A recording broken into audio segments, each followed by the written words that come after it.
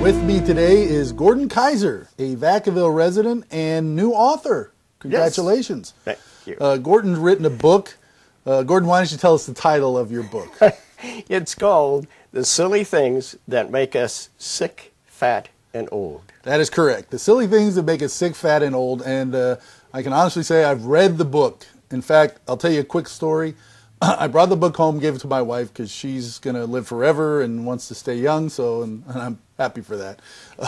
I gave it to her, and she read it. She read it cover to cover the night I brought it home. She handed it to me and said, "You are reading this book." And when my wife tells me to read a book, I, wash the dishes, feed the cat, I do it, right? Right. So I read the book, and it was amazing. I thought it was a great book. There's a ton of great information in there. So before we go too far, I have to alert the audience that you're not a doctor. You're not a physician. I am certified nothing. Okay, good. So which qualifies you for a lot of things in this world. But you've just done a lot of research and talked to a lot of folks, and you have a lot of personal experience. So why don't you tell us about that and how you got to this point in your life with the book? Okay, it started about 4 years ago, and I had been a diabetic for a number of years and was in denial. Mm-hmm. I went to my doctor, who is a doctor at Keiser. Since my name is Keiser, I get pretty good service there. But he said, "Mr. Keiser, you're going to have to take this diabetes thing serious. Your A1C is 10, which means it's off the chart this way." And so I said, "Well, okay, what should I do? I'm game. How can I fix this?" Mm-hmm. I have been taking 3 pills, or 3 medicines, an injection and 2 pills for my diabetes. Mm-hmm. It was going nowhere. Mm. I was taking high blood pressure medicine, I was taking cholesterol medicine, and I was taking a lot of pain medicine because my joints ached. Mm-hmm. And so he said, "You know, if you don't take this serious and do something about it, you're going to end up with a lot of the bad things you hear about diabetes, like losing a limb, mm-hmm. your eyesight, heart attack, stroke, all the bad things that you can imagine." And so I said, "Okay, so what do I do?" He said, "Well, your time's up." He's got 15 minutes. He is not an educator. Mm-hmm. His job is to fix you when you're broken. Treat you, right. Treat you, right. And so he said, but Keiser does have a lot of good stuff. Mm-hmm. So I enrolled in diabetes things, various classes and so on. And I was excited about starting it, went to the classes, and it went on for like 6 weeks or something of that nature. And finally, after it was over, I remember standing in my kitchen going, "Okay, what do I do now?" And I had received like a ream of information from Keiser. I had listened to people preach to us, show us slide presentations. Speakers came in. And most of the time, it appeared to me that those people who were teaching us what to do did not have diabetes. Sure, they're healthy. Or at least they weren't afflicted. Right. And so, standing at my counter in my kitchen, I'm going, "Okay, now what was it I was supposed to do? Let's see now." She said, "What was it?" And I start going through my stuff, and of course, I can't find what I'm looking for because my A1C is 10. Mm-hmm. My brain is gone, virtually. I mean, I can't find my keys. When I park my car, I go out the wrong door, and then I'm one of those seniors you see walking around in the parking lot looking for their car. Uh-huh. I couldn't remember that, but I could remember Doreen DeLucchi, who was my love in Sacramento when I was a kid. Junior high, yeah, that whatever. Sort of thing. So I thought, this is my opportunity to really see. Well, I had talked to other people, and I said, I've got diabetes and high blood pressure and high cholesterol and joint pain and all that. And they go, you too? Mm-hmm. And I found out that over 50s, a great percentage of the people have lots of things going on. Mm-hmm. And I would talk to somebody and they'd say, no, I'm not taking blood pressure medicine. Oh, but my cholesterol is off the chart. And, yeah, I've got diabetes and that sort of thing. So I started to subscribe to newsletters from people like Yale and San Francisco, University of San Francisco, or California at San Francisco, and all kinds of teaching hospitals, investigative laboratories, and read all kinds of things. And I found that if you look closely, there's a summary at the end of every one of them.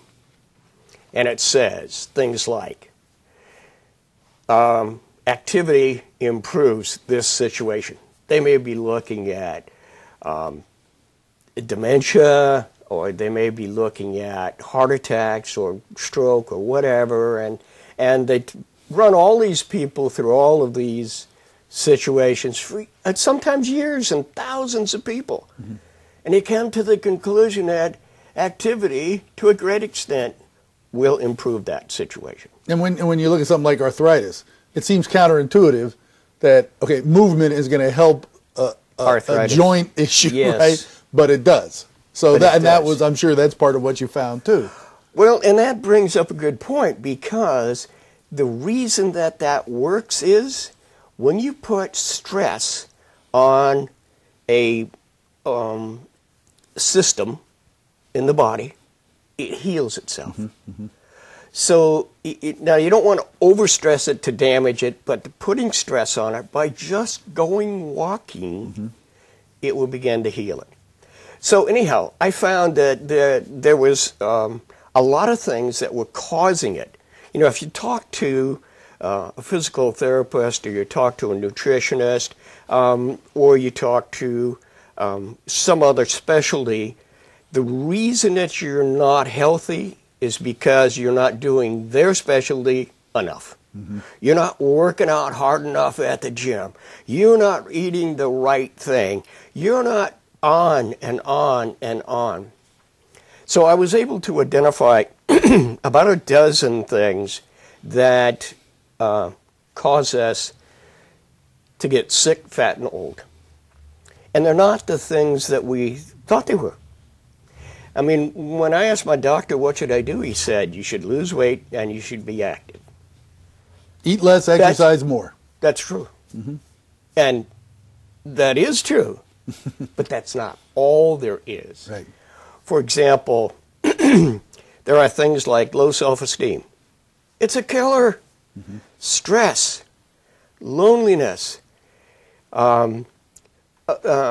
thinking that it's all over for me, mm-hmm, and I'm just waiting to check out. Mm-hmm. Mm-hmm. Sitting and watching TV too much, or too much screen time, as they now call it, mm-hmm, because you're in front of a screen, whether you're on TV or you're working on your computer. Mm-hmm. It's all screen time, and you get what I call the butt danger of sitting on your butt too much, that can be cured a lot by activity. And again, I don't want to keep interrupting you, but I just want to emphasize that, you know, the things you're talking about and the things in the book, it's not like you need to run a marathon, lift 1,000 pounds every day, climb a mountain. You're talking about some, I don't want to say passive things, but, you know, take a walk. Easy things. Walk for 30 minutes a day. Instead of driving to the store, walk to the corner store or walk around your neighborhood. Call a friend. Take the stairs. Don't, you know, don't use the elevator. It's pretty simple stuff, you know, and yet it's hard. It's hard for a lot of people, and I understand. You know, you don't feel good. Taking that first step is tough, but in the end, the benefits are miraculous, right? I mean, you're a living proof of what can happen. Yes. So, and there are, you know, other things like re-engagement. I don't know why it is, but it seems like when people retire, They disconnect from society because they're not getting positive feedback. And to begin, it's tough to cook for one person. Right. So now they're not getting the proper nutrition. Hey, listen, it's tough to cook for 2 people. I remember my kids moved True. away. We'd make dinner, and we'd have like leftovers for 4 days. I'm like, well, I made dinner for 4, and there's 2 of us. And who likes leftovers after a while? They get old. But anyway. The most important change is what it is we do, how we think, what it is we believe, and making change in our world.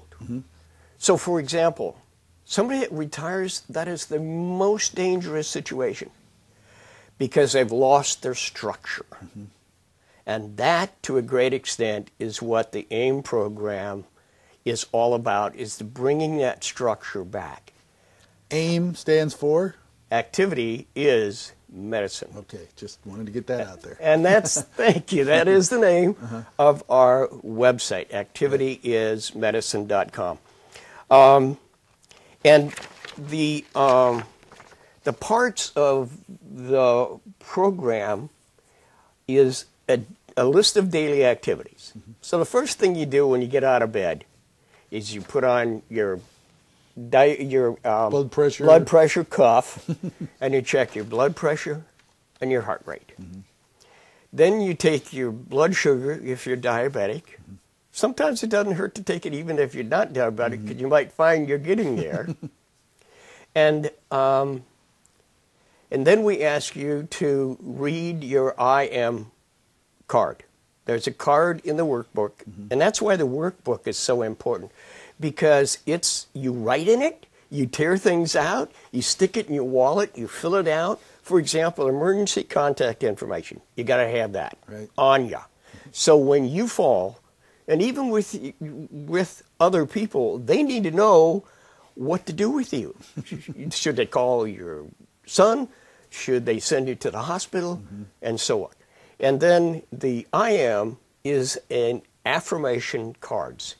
So it says, I am. And then it goes, there's a whole list of positive affirmations. And what you're doing is you're telling your subconscious mind, that's what I want to be. Right. And you need to overcome the conscious mind's going, oh, you'll never be that. And just do it. Right. Okay. And that might be the biggest hurdle for a lot of folks is, and it's God, I don't want to say it's hocus pocus or it's corny or what, but it sounds that way. But having a positive attitude, if more people were just happier, just the world in general would be a better place, from their own self-esteem to how they feel about other people. It's like, it's so simple and it's free, but it's hard to do. It's hard for some folks to do. But anyway, I'm sorry. I keep interrupting you. No, that's fine. I just want to make sure we are clear about what we're talking about here. Because one of the reasons that we still include walking groups, and you can go to our website, find somebody that wants to walk in your area, call them up, put together a walking group, is that you get that feedback from that walking group. The power of journaling is incredible. You want to lose weight? Write down what you eat all day, every day, and at the end of the day, take a look, and you're like, no wonder I weigh 50 pounds overweight. 6 donuts, 5 sodas, a cheeseburger at a fast food. Hello. Right. But we do ask you to journalize all of your blood pressure, blood sugar, all of that stuff. Your weight size. We ask you to measure that right at the belly button. Suck it in as hard as you can, because we want to measure. Give yourself some credit. The fat, not just muscles that aren't strong. And we ask you to stay away from weighing yourself. Right. I was going to say weighing is out. You don't need. It's not about how much you weigh. It's right, because as it happened to me, I gained weight early on. I was losing fat, but gaining muscle. And muscle is a lot heavier than fat. Right. So Yep. if they want to find out more about your book or your program, they should go to activityismedicine.com. all one word. All one word. Okay. They can also buy the book on Amazon.com as a hardback, as a Kindle book. Then the next step is to get the workbook, which comes with the pedometer, the CD, and the measuring tape. Tape, right. And you can't buy that from Amazon. You have to go to our website to buy that. But it's all the things that are necessary to get you moving. Right. That's the important part. Right. Well, I really appreciate first you writing the book. You know, like I said, I read it and it was great. It really, like as I said, it captures your tone. You talk in a very, it's not medical jargon and mumbo jumbo. It's very plain, simple speech that everybody can understand. Yet it's not simple by any means in terms of, you know, Jack and Jill went up a hill. It's Right. clear, concise, and it captures your tone very nicely. And it's got a lot of good info in there that. You know, like I said, I'm your new agent, Gordon, so I want a little piece of this. No, I don't want anything. But the message is so good and strong that I wanted to get you on the air and let people hear about it. They can decide for themselves Absolutely. whether they want to do it or not. Absolutely. But, and here's the interesting thing. Many people would rather die than spend an hour on their health and then they get their wish. yeah, self-fulfilling prophecy. Talk about Exactly. And again, the book is a quick read too. You know, it's not only like 53 pages. Yeah, it's not like you got to dedicate the next 6 months of your life. It's not 300 pages. No. Right. And let me tell you, the reason that I wrote the book is there are lots of people who, like yourself, are still active, still employed, have families, but yet need some additional help. And there are a ton of people who are ensconced in their homes, in their apartments, in their mobile homes, only because they think they have to. We need to get them out, get them walking, get them enjoying life, get them laughing again, get them interested, get them sleeping well, and all of that kind of stuff. And that book is a do-it-yourself. Right, it is. That might be the thing I like about it the best. It's something you can do yourself. Yep. So, again, thank you for the book. Thank you for taking some time to come talk to us. And hopefully we can reach a few folks and improve some lives out there, both seniors and otherwise. So, Yep.